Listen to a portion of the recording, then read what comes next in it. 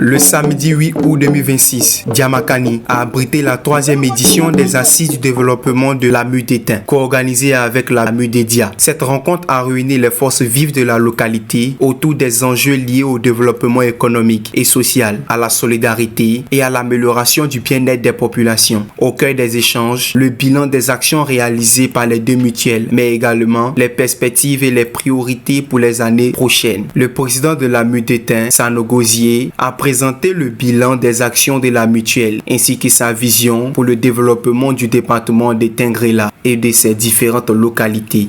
Je voudrais donc rendre à tous les chefs d'établissement et à l'ensemble du personnel éducatif pour le travail abattu. Comme l'année précédente, nous avons accompagné les groupements de femmes avec les semences de riz de Bafon.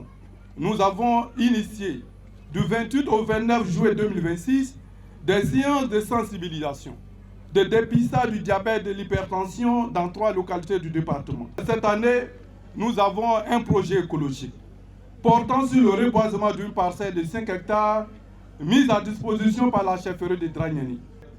La mutuelle s'engage à soutenir les actions du gouvernement et des collectivités décentralisées à travers plusieurs initiatives d'ordre éducatif, social, culturel, économique et environnemental.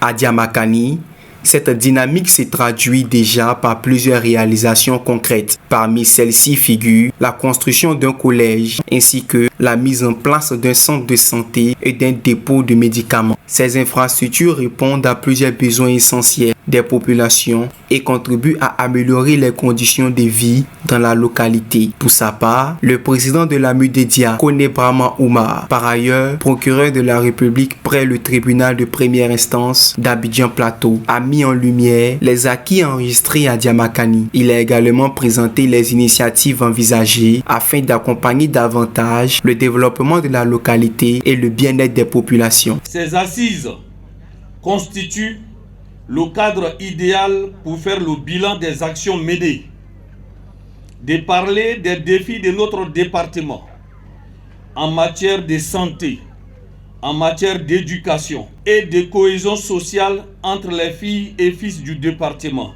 Autre temps fort de ces assises, la célébration de l'excellence. Les meilleurs élèves ainsi que des agents de santé et des forces de sécurité ont été récompensés pour les efforts, les performances et leur engagement. Une initiative destinée à encourager le mérite, à valoriser l'excellence et à susciter davantage d'émulation, notamment auprès de la jeunesse. La culture n'a pas été en reste au cours de cette rencontre. Danse, chant, instruments de musique et costumes traditionnels ont rythmé les différentes activités, offrant une véritable vitrine au patrimoine culturel de Diamakani. La journée s'est achevée dans une ambiance fraternelle avec un match de football réunissant la jeunesse de Diamakani. Au-delà de la compétition, cette rencontre sportive s'est voulue un moment de convivialité, de partage et de cohésion sociale. En marge des assises du développement, Diamakani a également pris part aux célébrations marquant les 66e anniversaire de l'accession à l'indépendance de la Côte d'Ivoire le vendredi 7 août dernier.